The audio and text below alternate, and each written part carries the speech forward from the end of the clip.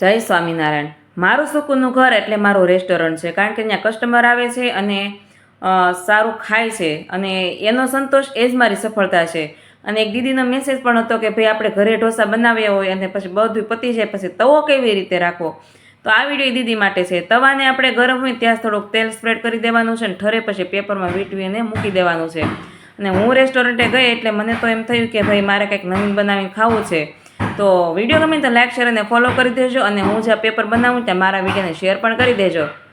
તો બનાવવાનું તો આજે મારે ચોકલેટ પેપર, એ પણ કેવું કે ભાઈ બટરમાં અને થોડુંક સ્પાઇસી।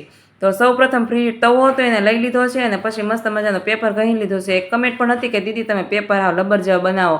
મારા ભાઈ લબર જેવા નથી બનતા, મારા પેપર સારા બને છે, કારણ કે કસ્ટમરે ખાય છે અને મારા કારીગરે ખાય છે।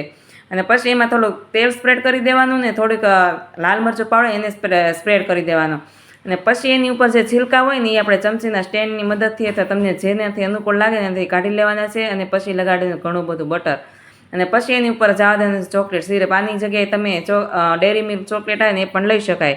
અને બધાય જો મસ્ત મજાનો ચોકલેટ લગાડી દીધી છે અને આમાં તમે કોઈ પણ વેરિએશન કરી શકો છો, ભાઈ ધનિયા નાખી શકો, લસણના કાંદા કંઈ પણ મારે આજે આ પેપર ખાવાનું, હું તો ભાઈ જેન છું એટલે જેન આઈટમ જ બનશે મારે પાસે।